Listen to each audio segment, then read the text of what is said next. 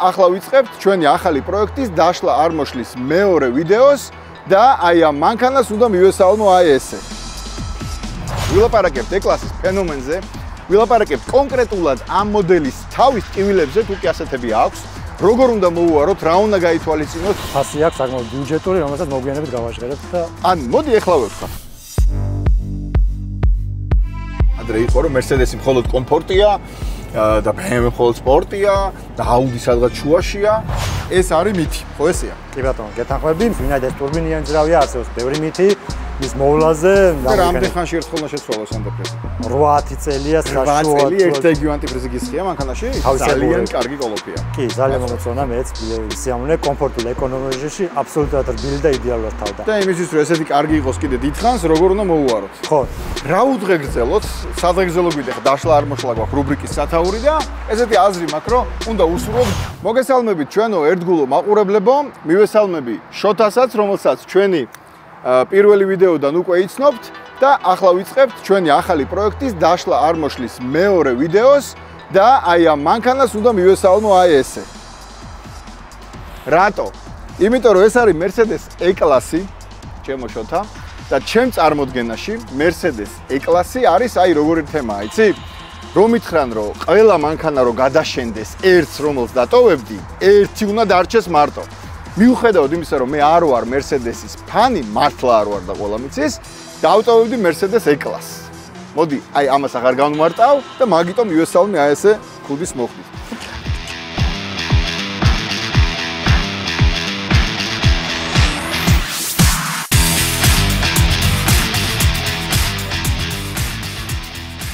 მოკლედ, ეს არის Mercedes E-კლასი W213 მეხუთე თაობა, მოგეხსენებათ აცვლა იწყება W124-დან, იმ ლეგენდარული მოდელიდან და იყიდება Lion აუქციონის ავტოსადგომზე.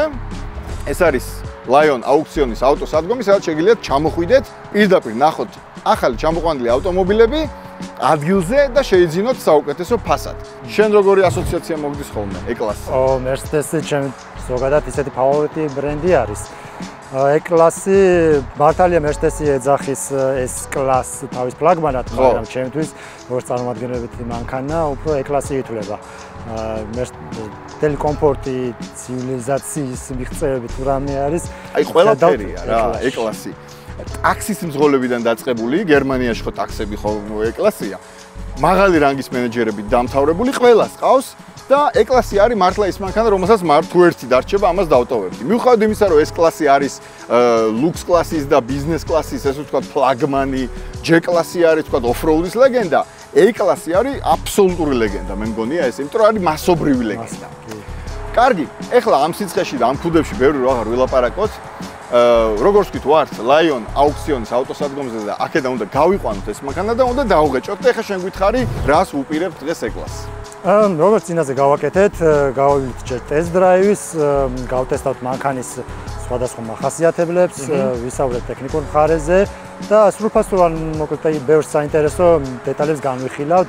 მსგავსი ტესტ დრაივი დარწმუნებულად საქართველოში არავის არ ექნება გაკეთებული. ვილაპარაკებთ E-კლასის ფენომენზე, ვილაპარაკებთ კონკრეტულად ამ მოდელის თავის ტკივილებზე, თუ კი ასეთები აქვს, როგორ უნდა მოუვაროთ, რა უნდა გაითვალისწინოთ, რა უნდა რისთვის უნდა მოიმზადოთ წინასწარ და ასე შემდეგ ყველაფერს ამოვწურავთ, ყველაფერს დავუღეჭავთ და მითებსაც დავამსხვრევთ. როგორც მითებსაც დავამსხვრევთ, ბევრ მითებს დავამსხვრევთ, ბევრ საინტერესო რამეს გავაგებინებთ, იმიტომ რომ უნდა იცოდეთ, როცა პრემიუმ კლასის ავტომობილზე ჯდებით, მაშინ განსაკუთრებით როცა ბევრი ფული არ გაქვთ და ეხლა შეაგროვეთ აი ამ მანქანის ფული ან კრედიტს იღებთ და რაღაცა პრემიუმ კლასის ავტომობილს ჭირდება სულ სხვა მოვლა და ყველაფერი უნდა იცოდეთ წინასწარ. აქვე ჩაგეჭრებოდში ეს დავამატებ, მართალია პრემიუმ კლასის ავტომობილი არის, მაგრამ ფასი აქვს საკმაოდ ბიუჯეტური, რომელსაც მოგვიანებით გავაჟღერებთ და ან მოდი ეხლა ვთქვათ, პირდაპირ ვთქვათ, ეხლა $14500 იყიდება ეს მანქანა, აი აქ განზადებული არის ჩამოყვანილი, დასერვისებული, გაკეთებული, მაქსიმალურად კარგი ისტორიით, რაც ძალიან კაი ფასია, პირდაპირ ვთქვათ E-კლასისთვის. ამ მოდელისთვის უკვე ამ თაობისთვის ამ თაობისთვის ძალიან კარგი ფასია და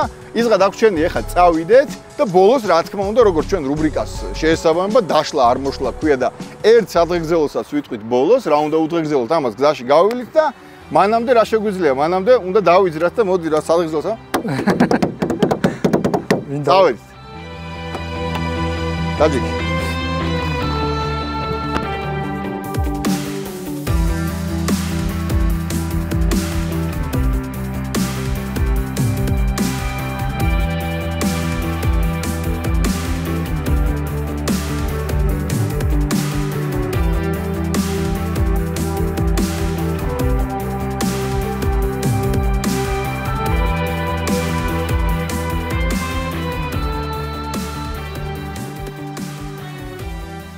მაშასე Mercedes E-კლასი და დავიწყოთ ჯერ ამ მოდელის ფენომენზე საუბრით, იმიტომ რომ ეს არის მართლა ფენომენალური ავტომობილი E-კლასი ზოგადად Mercedes-ში თავისი როლით, თავისი სტატუსით, იმიტომ რომ ეს არის ყველაზე მასობრივი მართლა პრემიუმ სეგმენტის სედანი და არის ფენომენალური ლეგენდარული მოდელი. მე პირადად როცა Mercedes-ზე ვფიქრობ, ან მე ფიქრებ, ან ლოგოს ხედავ, ან რაღაც პირველ რიგში ჩემი ფიქრები მიდის E-კლასისკენ. აი Mercedes-ის ლოგო დავინახე, ასოცირდა E-კლასთან. აი ესეთი დამოკიდებულება ყოველ შემთხვევაში მე უფრო ახლოს გრძნობ ალბათ ხელმისაწვდომია და ასე შემდეგ. შეიძლება, ეს არის ყველაზე მასობრივი ჩემთვის ზოგადად Mercedes-ის გაგონებაზე E-კლასისკენ მივდივარ პირველ რიგში და ზოგადადაც არის ასე ჩემი განცდით ყოველ შემთხვევაში რომ თუ E-კლასი კარგი გამოუვიდათ, ესე იგი Mercedes-ში ყველაფერი რიგზეა. თუ E-კლას გაყიდვებში და ასე შემდეგ პრობლემები აქვს, ესე იგი Mercedes-ში უკვე რაღაცა კრიზისი იწყება ხოლმე. იმიტომ რომ ბევრი რამე თუ ყველაფერი არა Mercedes-ში ჩემი განცდით იწყება E-კლასით, ბევრი რამე ტესტება პირველ რიგში E-კლასში, სანამ მე უკვე ესი მიიღებს და ასე შემდეგ და აქედან იწყება ხოლმე Mercedes-ის ესე ვთქვათ ყველანაირი ინოვაციები და ასე შემდეგ. არის ჩემთვის პირველი სახე, რომელსაც ხედავ ხოლმე Mercedes-ში და ძალიან მნიშვნელოვანია ჩემთვის რომ აი ეს ლოგო იყოს ხოლმე აი აქ. იმიტომ რომ მართვის დროსაც და ისედაც ეს არის პირველი რითიც აღვიქვამ რომ მართავ ან ხედავ Mercedes-ს. ხარიზმა თითქოს აკლდა წინა თაობის მოდელებს 212-ში განსაკუთრებით აისახა, მაგრამ დიზაინში, დახვეწილობაში ეს მოდელი 213 რაც გამოვიდა ეს ზარა აშკარად ნახტომისებურად წინ არის წასული. თან წინა ორი თაობისგან განსხვავებით ეს არის საკმაოდ გამძლე. ანუ ჩვენ გვახსოვს 124, რომელიც ძალიან გამძლე იყო. მერე უკვე პრობლემები წამოვიდა გამძლეობაში და ეს როგორც ეხარ ჩვენ რევიუებს ნახულობთ და ვკითხულობთ და იგივე ADAC-ს გერმანიის საავტომობილო კლუბის ან გნებავს ტექდათვალიერების გერმანიის რო ნახო მე რა ქვია არქივებში ერთ-ერთი ძალიან გამძლე E-კლასი გამოდგა ესეც.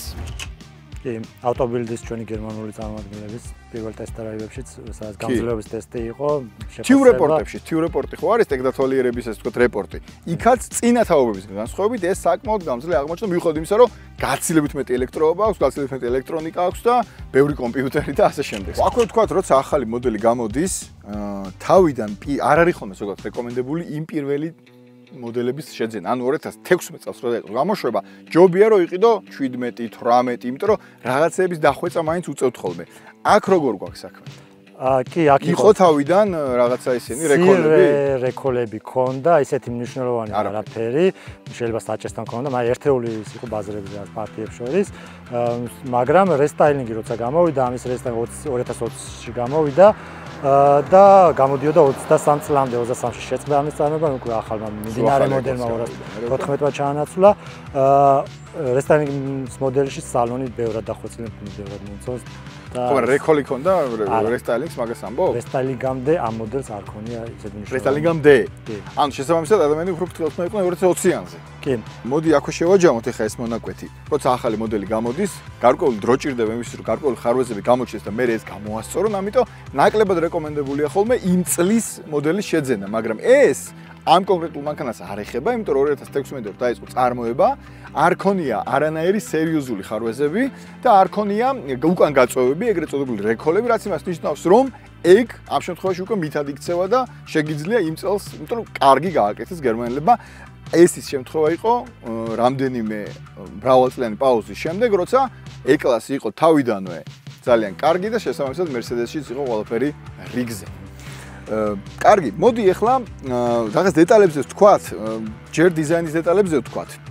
ახლა პირდაპირ ცხაურას უყურებ ახლა შენ და ნუ ის შეგრძნებას ხო გვაქვს ყველას უკვე ბოლო დიდი ხანია უკვე ბოლო წლებში რომ ახლა რომ მიდიხარ მანქანი და სარკეში რომ Mercedes დაინახავ C არის, E არის თუ S-ია, ძალიან გიჭირს მაგის გარჩევა.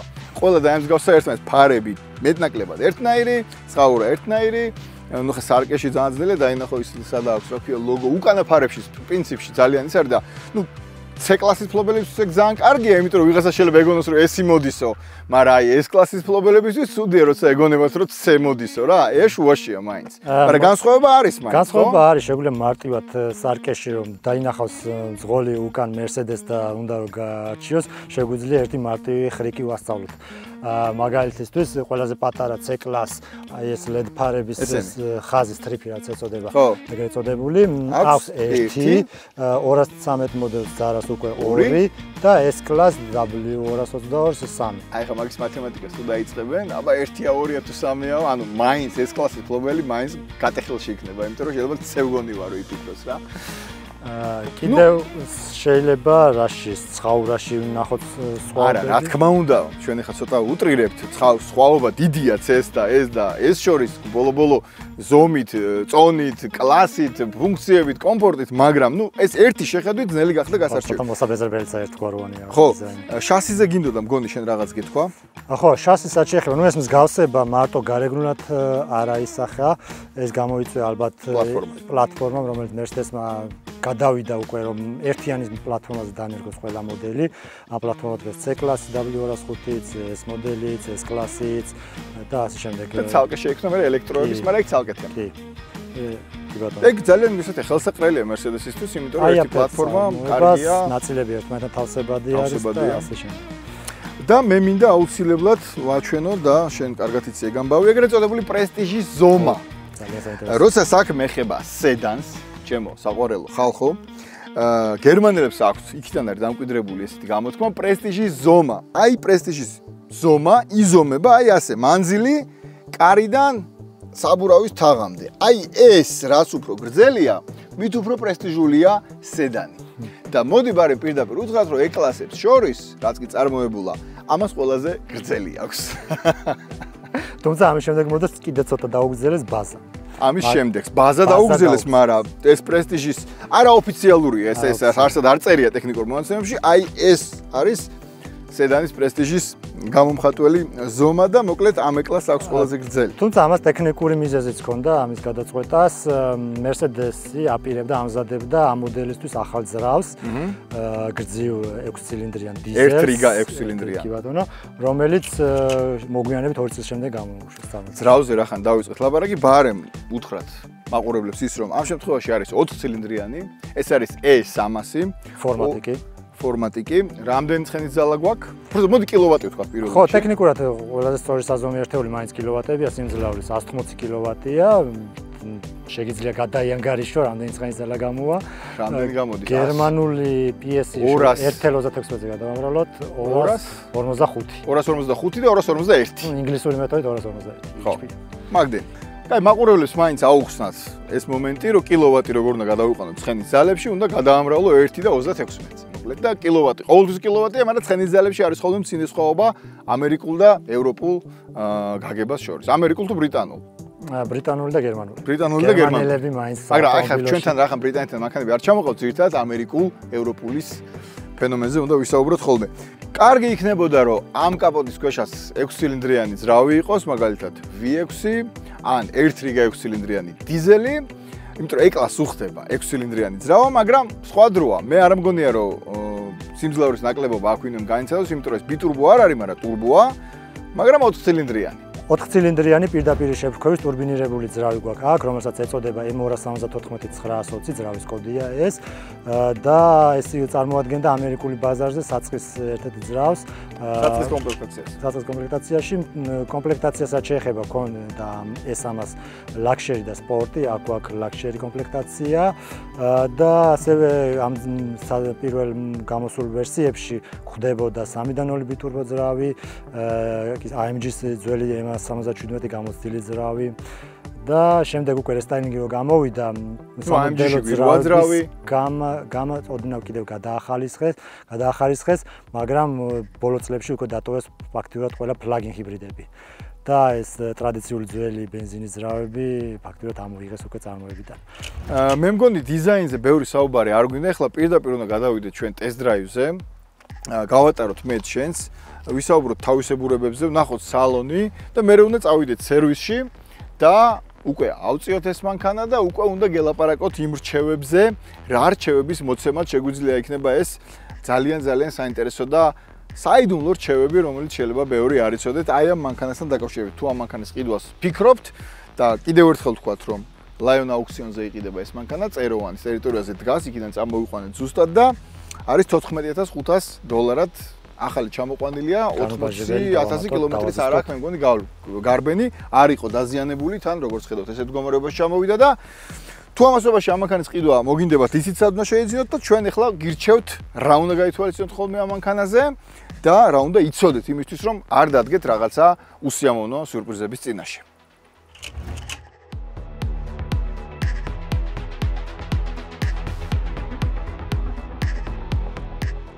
ეკლა საბარგული უნდა ქონდეს დიდი სედანისთვის ყოველ შემთხვევაში როგორც ტრაფიკებით იხსნება თან ნახე ამ კლასში Mercedes E-კლასი შეიძლება ითქვას განსაზღვრელია სტანდარტის იმიტომ რომ ამ მოდელის გამოსვლიდან Mercedes E-კლასი ამკვიდრებს ამ კლასში სტანდარტებს კი ესეთი 10 წლის წერტილად შეიძლება ჩაითვალოს ვინაიდან ეს მოდელი როცა გამოვიდა რამდენიმე თვეში BMW-მ გამოუშვა ახალი მოდელი მეხუთე სერიის G30 შასი რომელიც კონკურენტი ამის პირდაპირ დიზაინში, ფუნქციონალში, ძრავის ხარისხში ახლა რამდენად განსხვავდება შედარება ჩვენ არ გვაქვს.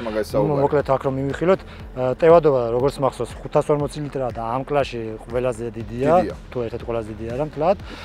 თავისებურები რა აქვს ესეთი ორ დონიანი საბარგული აქვს, საკმაოდ ტევადი არის, თუმცა ეს ტევადობა მცირდება პლაგინ ჰიბრიდებში აკუმულატორების გამო ნახევრდება. და კიდევ რა მომწონს მე აქ ეკოლოგია და მსხვერპლები ხო ეკოლოგიის აი ეს მოგწონს ყველაზე ძალიან ეს დამატებითი სათავსო რომელიც იშლება და დამატებით თუ რამე პატარა საყიდლები გაქვს ჩაალაგებ მაქსიმუმ 10 კილოგრამის ეს ხილბოსნეულისთვის ზუსტად ზედ გამოჭრილი არის და ეს ამარტივად იქეცება მიდდება და ძალიან პრაქტიკული Mercedes პრაქტიკულ გადაწყვეტებში ყოველთვის პირველი. ერთ-ერთი მოწინავე არის. კიდევ ერთი დამატებითი ფუნქციონალი, კარგი ამ E-კლას აღსანიშნავი აქვს უკანა სავარძლების ბოლომდე დაკეთვა. ფაქტობრივად ბოლომდე. აი აქედან მარტივად ერთი წკუპ და ორივე ბერკეტს წინ გადავწევთ და თუ გინდა ველოსიპედი ჩადეთ, თუ გინდა თხილამური, ყველაფერი ეტევა. კარგი, მე მგონი დროა სალონში გადავინაცვლოთ. კი ბატონო. გავიაროთ და უკვე გავიაროთ სალონის დეტალებს.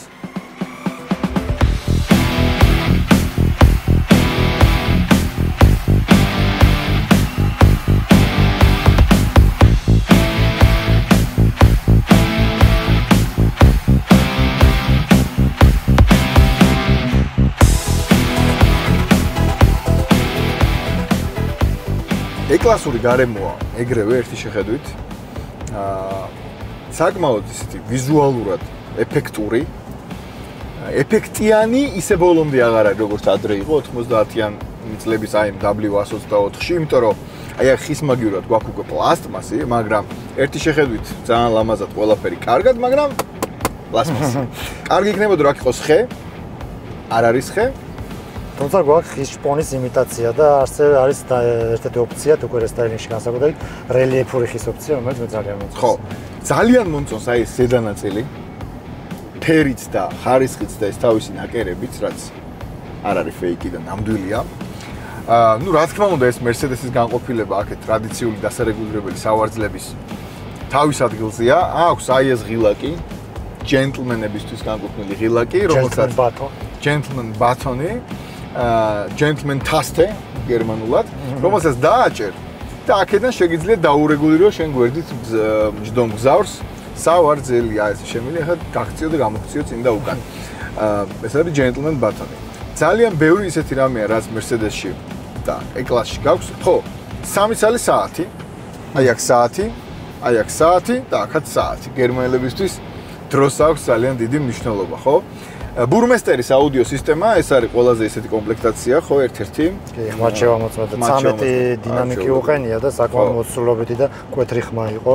უკან ჯდომა, ხო, E-კლასში ზიხარ უკან. ერთ-ერთი საუკეთესო ჯდომა. უკან თუ რა თქმა უნდა არ ჩავთვლით ახლა უკვე ლუქს კლასას, S-კლასია და BMW მეშვიდე სერია და Audi R8. აი ამ კლასის სედანებში ერთ-ერთი საუკეთესო არის უკან ჯდომა ამ მანქანაში. თან Mercedes რაღაცნაირ დაბლა ხარ უკან რო ზიხარ და ნუ ეგეც ერთ-ერთი ამ მანქანის ძალიან განსაკუთრებული პლუსია.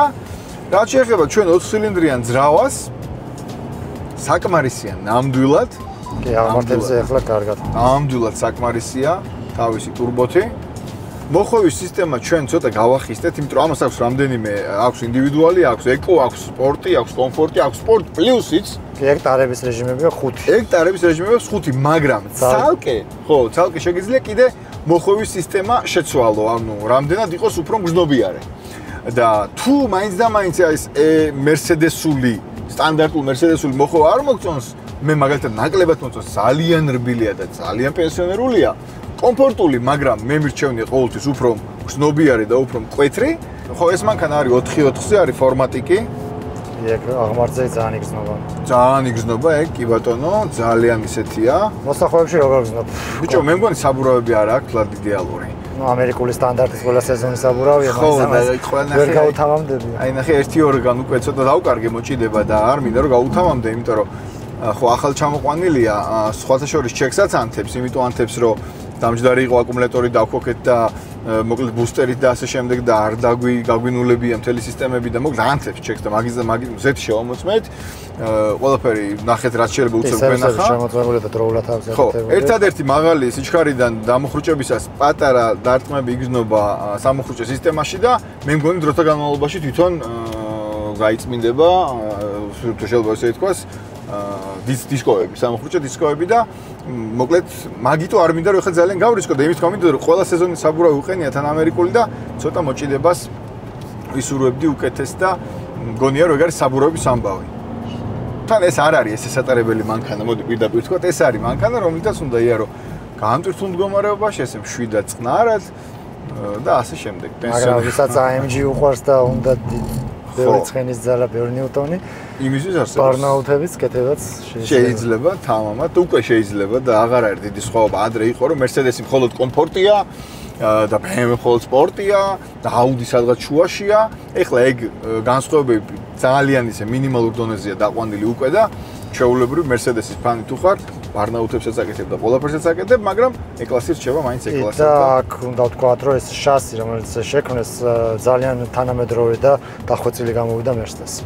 ძალიან ბევრი იმუშავეს, დიდი ინვესტიცია ჩადეს, უამრავ ათასობით პროტოტიპზე გაიტესტა და ტექნოლოგიურად ელექტროობით არის დარეგულირებული ეს მარტო ყველაფერი, მაგრამ მართლა თანამედროვე და ძალიან დაბალანსებული არის. სპორტული რეჟიმის მანქანა თუ გინდა, მე ეს Mercedes-ი გაძლევს მაგასაც. და როგორ მიყვარს რომ ლოგო აქვს ხოლმე ვარსკვლავი დასმული კაპოტზე. რა ეგ არის აი მართვის დროს მაგ რაღაცა სულ სხვა შეგრძნება და თავდაჯერებულას გმატებს. ხო, ამაღლებს. არა, აბსოლუტურად კი ყველას მიყვარს 6 ცილინდრი კიდე სხვა თემაა და 8-ით უმეტეს სხვა თემაა, მაგრამ საკმარისია. საშუალო სტატისტიკური მომთხოვნი მძღოლი ნამდვილად დაგმაყოფილდება.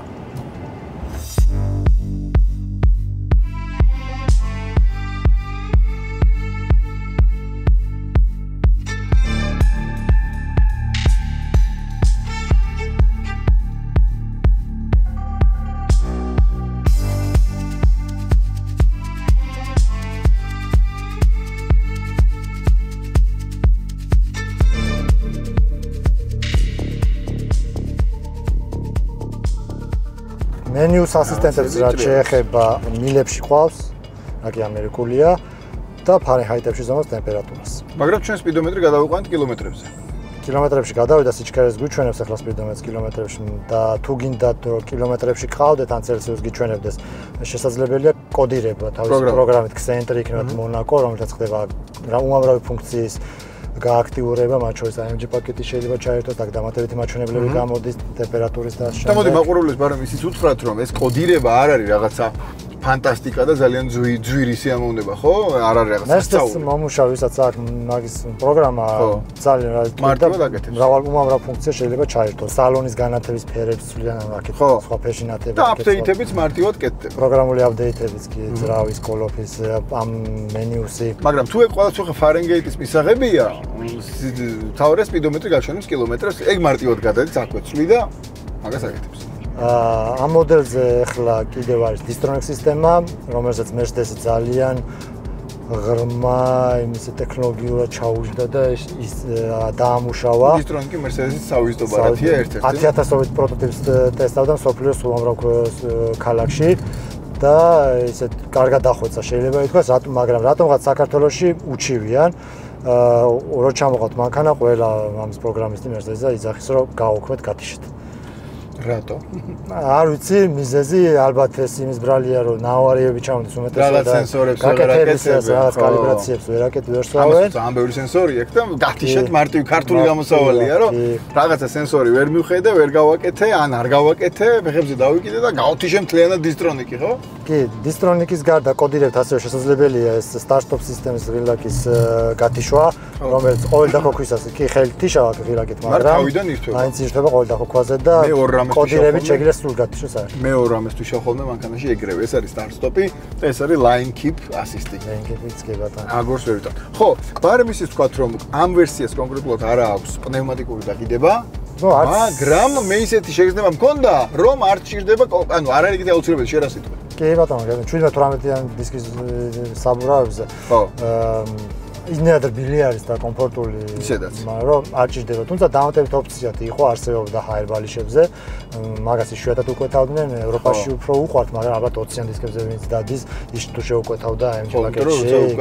კომფორტი საერთოდ აღარ არის იქ, საერთოდ როგორ ჰაერ ბალიში მოდი ცხოვრებას ეძება მაგაში. მაგრამ ნუ ყოველ შემთხვევაში იმის თქმა გვინდა, აყურებლებო, მიმართავ რომ თუ არა აქვს პნევმო დაკიდება, ეს არ არის პრობლემა, მაინც ძალიან რბილია, მაინც ძალიან კომფორტულია. ეკრანის გარჩევადობა იდეალურია, მერცდეს თავის დონეზე აქვს, უკანახევრის კამერაც გარჩევადობა სასწაული ყოლა. 2016-ში ესეთი გარჩევადობა, ესეთი გრაფიკა და ესეთი ბზინვარე, თქვა ძალიან კაფიო გამოსახულება იყო ტოპ. ეხლაც კი ძალიან ბევრ თავმომწონე ბრენდს აჯობებს აი ეს გრაფიკა, ძალიან ბევრს.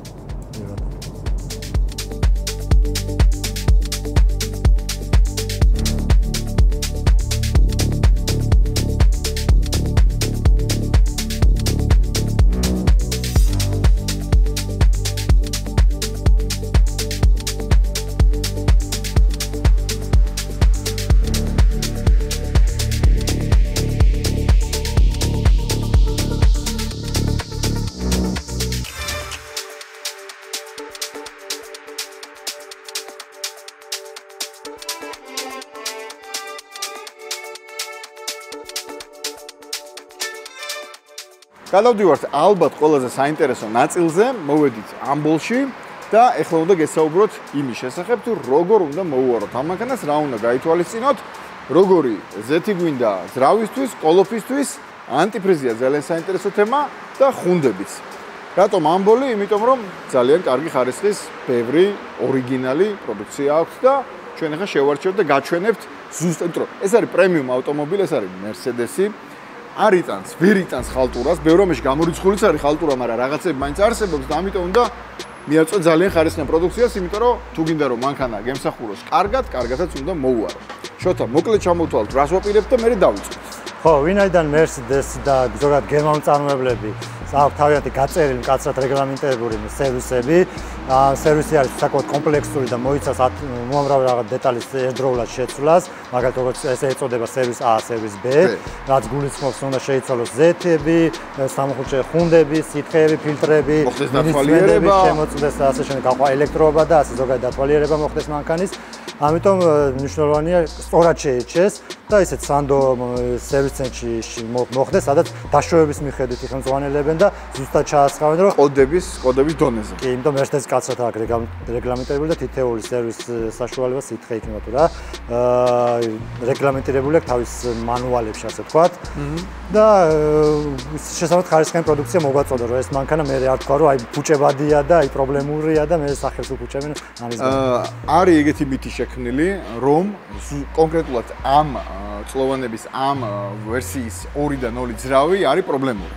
ეს არის მითი, ხო ესეა? კი ბატონო, გეთანხმები, მითი, მაგრამ ეს მითი წინა გამოცდილებამ გამოიწვია, რომელიც დაიწყო 212 ზარის კლასზე.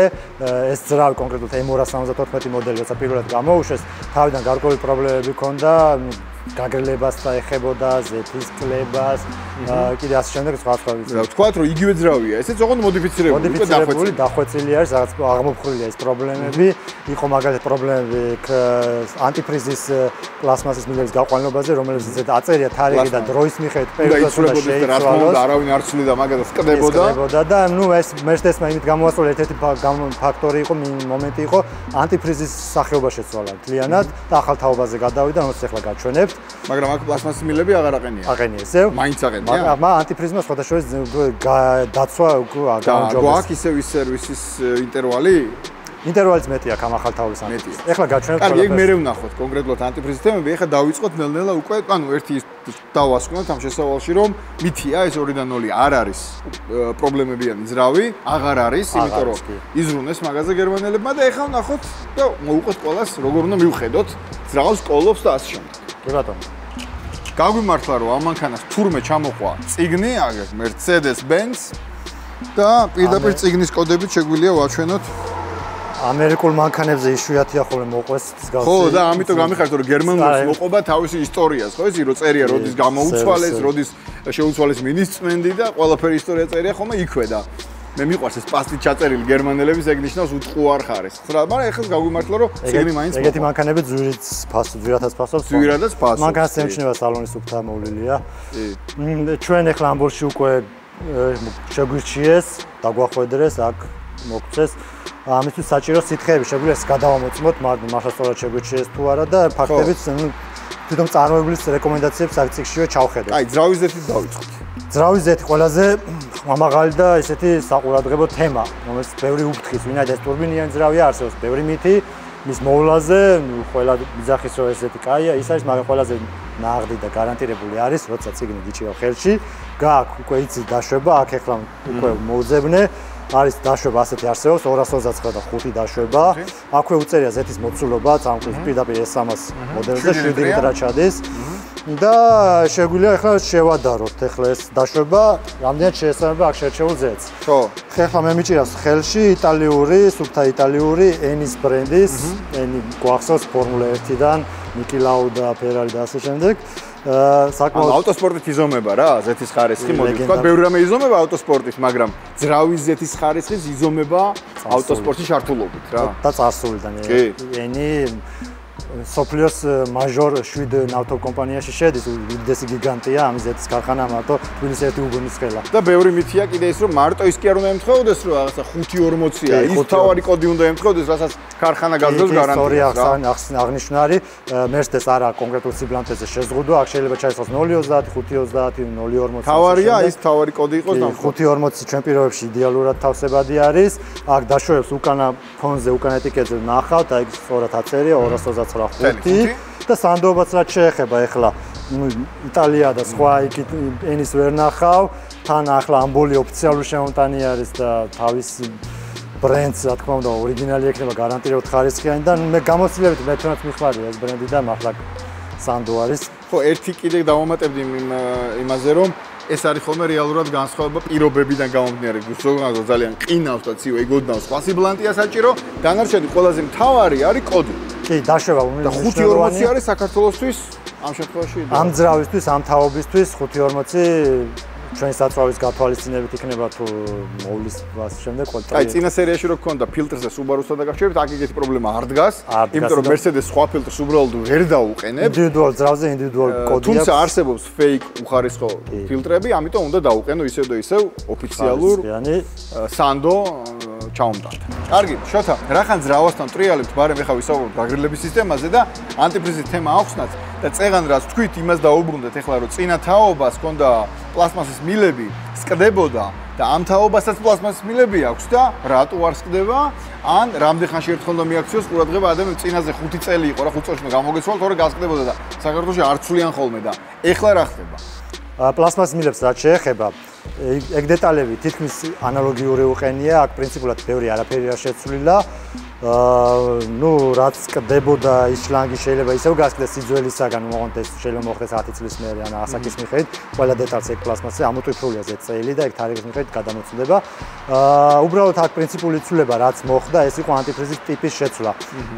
ძველ თაობის Mercedes-ში თუ ისხმებოდა ლურჯი მომწვანო ფერის ჰიბრიდული ტიპის ანტიფრიზი აქ შეცვალეს და ასრულიად ახალი თაობის ორგანული ესეთი ვარდისფერი იასამნისმე ძალიან ლამაზი ფერის ანტიფრიზი მიდის, რომელსაც შეცვლის ინტერვალი 2-ჯერ 3-ჯერ მეტი აქვს. მეტი აქვს.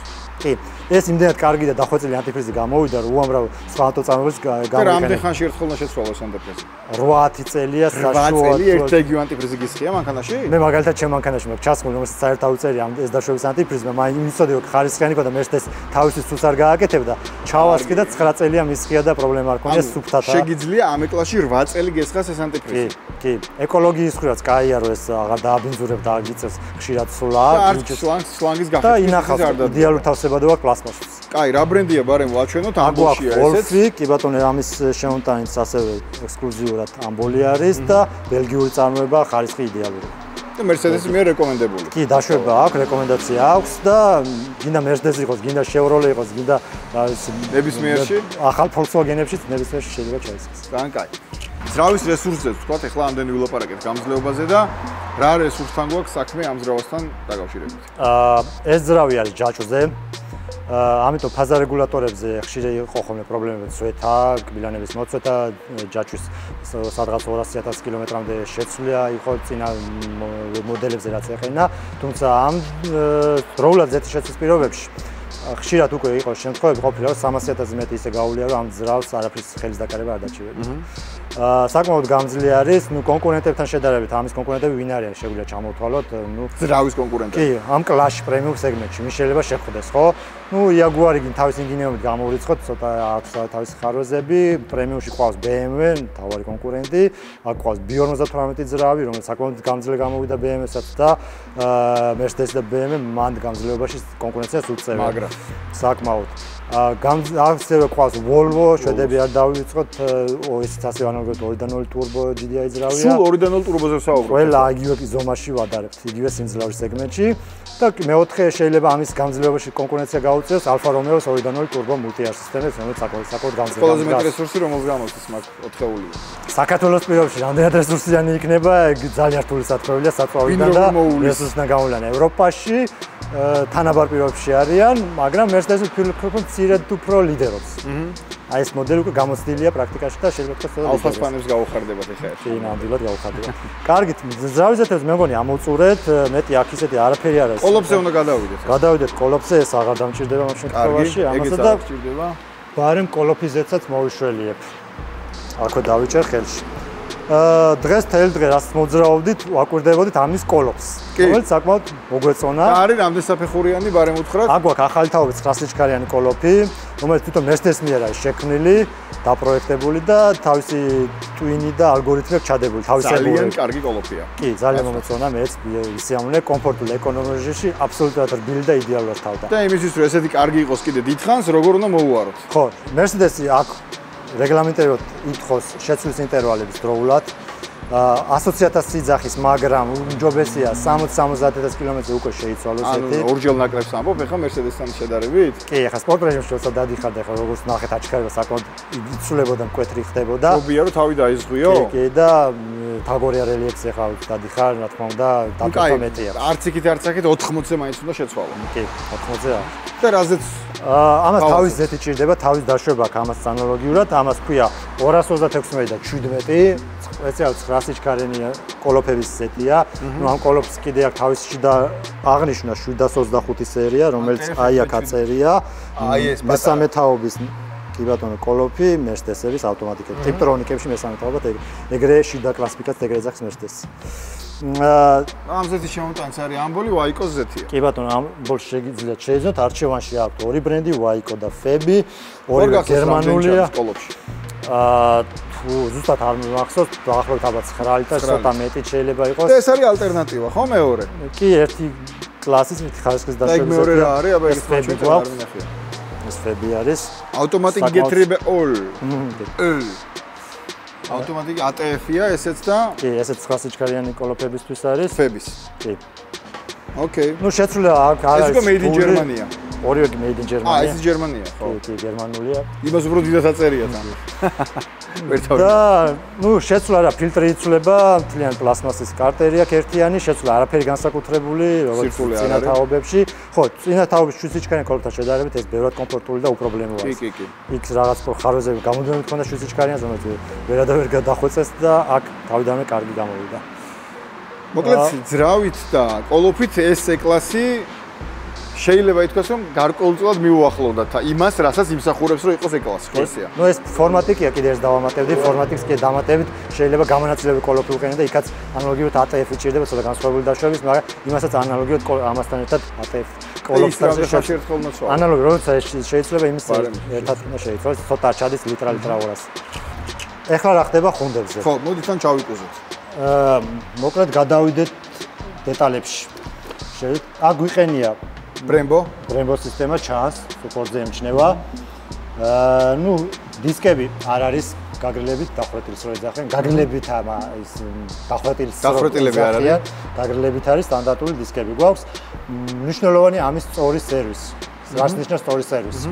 შეცვლის დროს, როცა დაიშლება ეს სუპორტი, აუცილებლად უნდა გაიწმინდოს სათუთად და დაყენდეს ხარისხიანი ხუნდი. როგორ უნდა გაიჩნიოს ახლა ხარისხიანი ხუნდი? ჯერ ერთი მნიშვნელოვანია ბრენდის წარმომავლობა და ბრენდის დონე. ხო, ეხლა ჩვენ აგვაქვს წარმოდგენილი ამბოლის უძველესი ბრენდი ტექსტარი, ფაქტობრივად საქართველოში ტექსტარი და ამბოლი ერთმანეთთან ასოცირდება, უკვე მიხანია ამბოლს შემოაქვს. ეს არის გერმანული ბრენდი, რომელიც არის ერთ-ერთი ორიგინალი წარმოებული Mercedes-ზე კონვეიერზე მომზადებს და გიგანტია ასე ვთქვათ. თან რა ვთქვათ, იცი შოთა? ხალხო, ჩვენ საუბრობთ სამუხრუჭე სისტემაზე, რაც არის ძალიან მნიშვნელოვანი ჩვენი უსაფრთხოებისთვის და სიცოცხლისთვის რა. ანუ, როცა რაღაცებზე ვსაუბრობთ, მე მიყვარს ხოლმე ეს საბურავი, ძალიან მნიშვნელოვანი და ამ შემთხვევაში საბურავი არ მომწონს, იმიტომ რომ არის ეგრეთ წოდებული ზამთარ ზაფხული შერეული და მე მირჩევნე ზაფხულში ზაფხული და ზამთარ ზამთარი, მაგრამ მეორე ყველაზე მნიშვნელოვანი არის სამუხრუჭე სისტემა, რომელიც პასუხს აგებს ჩვენს უსაფრთხოებაზე და ერთ-ერთი პირველი და ყველაზე ცვლადი ხუნდი. კი. ნუ ჩემთვის სიმართლე გითხრა სამუხრუჭე სისტემა უფრო პირველ ადგილზე აყენია. საბურავზე წინ დგას. კი. ტექსტარზე, როგორც თქვით, ეს არის გერმანული ბრენდი, წარმოება აქვს სოფლიოს უამრავ ქვეყანაში. ეხლა ეს ხუნდი ხელში მიჭირავს კონკრეტულად ამ მოდელი ზუსტად, რომელსაც ეწერა ბრიტანეთში დამზადებული. და რატო ბრიტანეთი და არა გერმანია. არა გერმანია. ტექსტარმა რაღაც ხრი ეკოლოგიის შეზღუდვების გამო თუ არ ვიცი რის გამო დიდი ნაწილი წარმოების ბრიტანეთში გადაიტანა. და ხარისხი საკმაოდ მაღალი აქვს. ეხლა ხარისხი რაში გამოიხატება? სხვა ბრენდს აქვს თავის მახასიათებელი, თუ ეს ფრიქციული მასალა რაც არის, ყველას აქვს ინდივიდუალური. ეფექტურობა, ანუ მკვეთრი მუხრუჭი, რბილი მგრძნობიარე პედალი და ასე შემდეგ, ასე ვთქვით. ყველას აქვს იგრძნობა ამ ფრიქციული მასალის განსხვავებულობა. ხუნდებს ხშირად უკან აწერია ხოლმე სწორედ ეს განსხვავებები ფრიქციულ მასალებს შორის. რამდენად ეფექტური არის ხუნდი. ტექსტარი გამოიშვებს მაღალი ეფექტურობით, რას ნიშნავს? მაღალ სიჩქარეზე ავტომატზე რომ მიდიხარ, სამჯერო დააჭერ და არ ჩაგიბარდება, რომ მუხრუჭი არ გაცურდება მანქანებში. და კიდე ერთი რაც უნდა შემიძლია დავამატო ტექსტარზე, მომავალი წლიდან, როცა შემოვა ევროპაში Euro 7, კი ჩვენგან ჯერ კიდევ შორს არის. ტექსტარი არის ერთ-ერთი ინოვატორი, რომელიც არის მონაწილე, თანამონაწილე, ასევე ეკოლოგიის ეს შეზღუდვები ახალი რაც გამოვა, არ შეეხება მხოლოდ გამონაბოლს. ეს გავრცელდება გამოყოფილ სამუხრუჭე მტვერსაც. მაონი ნაწილაკებზე, რომელსაც გამოისვრის ხუნდები და სამუხრუჭე. და ტექსტარი ერთ-ერთი ინოვატორი იქნება, რომელიც პირველი გადავა ახალ შემცირებულ მტვერზე, ხუნდების გამოყოფილ მტვერზე. და სანამ სამუხრუჭე სისტემაზე და ხუნდებზე საუბარს მორჩებით, აქვე მაქვს ალტერნატივა ოღონდ უკანა ღერძის ხუნდები, ხო? კი, ამ შემთხვევაში ხელში მიჭირავს უკვე უკანა ხუნდებისთვის სამუხრუჭე სისტემის განკუთვნილი ხუნდები. ეს არის REMSA, ესეც ამბოლის ექსკლუზიური ბრენდი არის, ექსკლუზიური იმპორტიორი არის ამ ბრენდის. ეს არის სუფთა ესპანური წარმოების, ერთ-ერთი გიგანტი არის, რომელიც ნედლეულს თვითონ ფრიქციულ მასალასაც ყველაფერს თავიდან ბოლომდე თვითონ აწარმოებს. კი. ეს არის უკანა. კი, უკანა, ნუ ყველას ეშინია ხოლმე რაღაც სიტუაცია ამ Mercedes-თან ხშირია ხოლმე წრიპინის შემთხვევები, მაგრამ როცა სწორად მონტაჟდება და კვალიფიციური პერსონალის მიერ გაიწმინდება იქ თავისი სპეციალური აი, მოდი მარტივად დაუღეჭოთ ახლა, ანუ წინ ტექსტარი უკან სხვა ბრენდი, ანუ ტექსტარი შეიძლება უკან. ყველამ შეიძლება 4 ხუნდი 4 საბურავზე რა ტექსტარი ვერ დააყენოს და ამიტომ ალტერნატივა შეგვიძლია REMSA-ში. კი ბატონო. და სწორედ ალტერნატივა უკანა ღერძისთვის. კი, უკანაზე გამართლებული არის და სწორი მონტაჟის შემთხვევაში ესეთ ძალიან ჩუმა და რბილად მუშაობს ესეც. კიდე ერთი რაღაც მინდოდა გვეჩვენებინა ხალხისთვის, მე შევამჩნიე, რომ მინათ წმენდები არის შესაძლებელი. და ეს ბევრმა არ იცის, თან შევამჩნიე ისე, რომ არც წვიმაყოფილა და არც დაგჭირვებია, მაგრამ შევამჩნიე. აი ეს ამბავი, აი ეს ყვითელი წერტილები, მოდი შენ უკეთესად დავუხსნი. Mercedes აქვს ამისთვის საკმაოდ კარგი და საინტერესო გადაწყვეტა. აი აქ აქვს წერტილები, იმათთვის თვითონ ვერ მიხვდება, რომ შესაძლებელია. ხო, გერმანელები როგორც ეძახიან control punkt-ე. საკონტროლო წერტილი. ადრე მაგას blau punkt-ს ეძახდნენ კიდევ. როცა ეს წერტილი უკვე გაყვითლდება, ეს ნიშნავს, რომ მინაცმენდი რეზინი შესაძლებელი არის. ხო და მოდი პირდაპირ ვთქვათ, რომ ამერიკელებისთვის უფრო არის ახლა ეს, იმიტომ რომ შენთან ხონდა მიხვდები ზღოლი რო ხარ ახლა მინაცმენდი რო კარგად აღარ გიწმინდავს, უნდა შეცვალო, მაგრამ აი აქ ეს ყვითლდება და სხვათა შორის ეს ეხება მარტო ორიგინალს. ანუ ამით იმასაც მივხვდით, რომ ეს არის ორიგინალი საწმენდი რაც უყენია და სხვათა შორის ორიგინალის გამოწერაც შეიძლება და ცენტრში შეგიძლია იყიდო. ესეც ასე, გავედით ბოლოში და ყველას კიდევ ერთხელ უნდა შევახსენოთ, რომ თვითონ ეს მანქანას იყიდება და ძალიან კარგ ფასად. ეხლა 2016 წლიანი E-კლასი 80,000-მდე კილომეტრი გარბენით $14,500 ძალიან კარგი ფასი არის, დაუზიანებელი ჩამოვიდა თან რაც თავარია. კი, როგორც არის, ზუსტად იმ მდგომარეობაში ხო და თუ მოგეწონათ და დაინტერესით, ეს და კიდე სხვა ბევრი მანქანა შეგიძლიათ ნახოთ Lion აუქციონის ავტოსადგომზე, წეროვანში თბილისიდან 15 წუთის გზა არის, იქ ძალიან ბევრი მანქანა დგას. და შეგიძლიათ აარჩიოთ და ადგილზე თუ გაინტერესებთ პირდაპირ ჩამოყვანილი მანქანები, მიდიხართ და ნახოთ ასევე Lions რა თქმა უნდა შეუძლია ჩამოგიყვანოთ მანქანა, მაგრამ იქ არის დიდი სივრცე, სადაც ბევრი ავტომობილი დგას. მათ შორის აი ეს E-კლასიც და აქვე ვთქვათ, რომ იქვე არის სერვის ცენტრი, ჩვენ შემოწმებული გამოგვატანეს, იქვე მომხმარებელსაც შეუძლია პირდაპირ შეამოწმოს, რაც აინტერესებს, იქვე არის ყველაფერი, როცა მანქანას შემოწმება უნდა შეამოწმებს. და ესე ვთქვათ, ყველანაირი პირობა შექმნილი იმისთვის, რომ მანქანა კარგად აარჩიო, შეამოწმო, იქვეა ესეთი გზა, რომ შეგიძლია გატესტო და ასე შემდეგ, მოკლედ ესეთი თემა. რა ვთქვათ ახლა ამ E-კლასზე? იყიდით თუ არა შაკო, მაინტერესებს ამ მანქანას. შენ?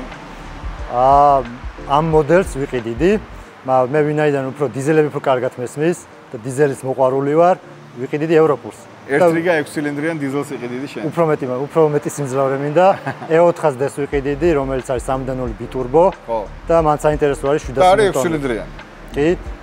ძალიან იშვიათი მოდელია. ხო. ძნელსაშონელი, ძალიან რთული მოსავლელი მანქანა და ზუსტად გამოწვევა მაინტერესებს როგორი მოსავლელი იქნება. მე ხა ზოგადად E-კლასზე თავიდან ვიდეოს დასაწყისში ისეთი რამე ვთქვი, რომ ვიყიდიდი კი არა, ანუ ყველა კითხვას პასუხობს, ხო? ყველა მანქანას გადაშენების წინაშე რომ დადგეს მეთქი, საშიშროების წინაშე მე ვამბობდი, რომ ერთადერთი გადარჩენის შანსი რომ მომზეს E-კლასს გადავარჩეთ თქო თან, კიდევ ერთხელ გიმეორებთ, რომ არ ვარ Mercedes-ის ფანი, მაგრამ ყველა მანქანა რო განადგურდით, რომ ჩემთვის E-კლასი რაღაცა ესეთი მასობრივი, კარგი, პრესტიჟული სოლიდური მანქანა.